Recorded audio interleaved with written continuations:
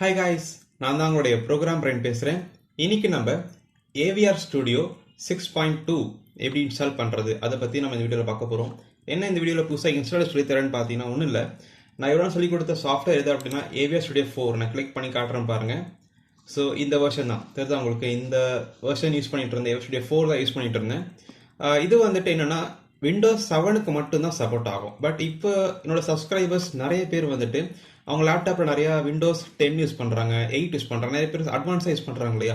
அப்போது இது work out ஆகாது, இந்த சாஃப்ட்வேரில் சப்போர்ட் ஆகலை. அப்போ அவங்க என்ன கேட்குறாங்க அப்படின்னா நிறைய பேர் வந்துட்டு எனக்கு AVR ஸ்டுடியோ 7, 8 or 6 அந்த மாதிரி இன்ஸ்டால் பண்ணுற சொல்லிக் கொடுங்க ப்ரோ, ரொம்ப யூஸ்ஃபுல்லாக இருக்கும்னு சொன்னாங்க. அதுக்கான வீடியோ தான் இது. அண்ட் அது நான் இப்போ சொல்லித்தர இது வந்துட்டு விண்டோஸ் 7லேயும் ஒர்க் ஆகும் அண்ட் அட்வான்ஸ் OSலேயும் ஒர்க் ஆகும். அதுக்காக தான். பட் நான் அதை யூஸ் பண்ண மாட்டேன். என்ன ரீசன் அப்படின்னா இப்போ பார்த்துட்டு என்னோட லோக்கல் டிஸ்க் வந்துட்டு இப்போ 7 GB தான் ஃப்ரீயாக இருக்குது. ஓகேவா. இப்போ நான் அந்த AVR ஸ்டுடியோ அந்த 6.2 இன்ஸ்டால் பண்ணிட்டேன் அப்படின்னா ஜஸ்ட் எனக்கு 5 GB மட்டும் தான் ஃப்ரீ இருக்கிற மாதிரி இடம் காட்டுதுங்க. அதனால லேப்டாப் ரொம்ப ஸ்லோவாகிடுது. இப்போ ரொம்ப ஸ்லோவாக தான் இருக்குது, 7 GB ஃப்ரீயாக இருக்கிறதுனால.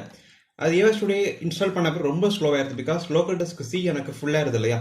அதனால ஸோ உங்கள் லேப்டாப் நல்லா இருக்குது, விண்டோஸ் 10, 8 யூஸ் பண்ணுறீங்க, நல்லா பெர்ஃபார்மன்ஸ் நல்லா பண்ணுது அப்படின்னா நீங்கள் AVR ஸ்டுடியோ 6, 7, 8 ஏதோ டவுன்லோட் பண்ணி யூஸ் பண்ணிக்கலாம்.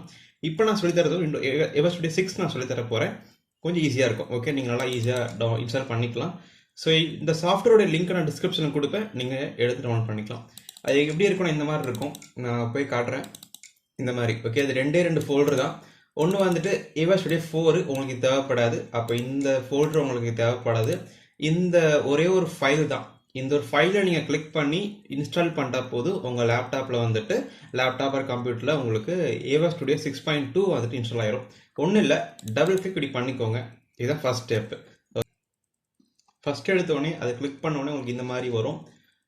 டிரைவர்ஸ் இன்ஸ்டால் பண்ண சொல்லி கேட்கும். ஓகேவா. அது ஒன்றும் இல்லை, நீங்கள் டிரைவர்ஸ் இன்ஸ்டால் பண்ணால் தான் இன்ஸ்டாலிங் ஸ்டார்டிங் ப்ராசஸ் ஸ்டார்ட் ஆகலாம், பண்ண முடியாது. நீங்கள் எடுத்தோடனே இன்ஸ்டால் கொடுத்துக்கோங்க. ஸோ இன்ஸ்டாலேஷன் ப்ராசஸ் நடக்குது. இது நார்மல் ப்ராசஸ் தான். ஓகே, அதுக்கடுத்து அக்ரி கேட்குது. அக்ரி கொடுத்துட்டு இன்ஸ்டால் கொடுத்தீங்க அப்படின்னா அது இன்ஸ்டாலேஷன் நடந்துடும். ஓகே, ஸோ வேறு எதுவும் இல்லை. இது கொஞ்சம் ஸ்லோவாக தான் நடக்கும், அதனால் வீடியோ நான் பாஸ் பண்ணிடுறேன். ஸோ இந்த மாதிரி தான் வரும். செட்டப் கம்ப்ளீட் ஆன பிறகு செட்டப் சக்ஸஸ்ஃபுல் அப்படின்னு வரும். நீங்கள் அதை க்ளோஸ் பண்ணிடுங்க.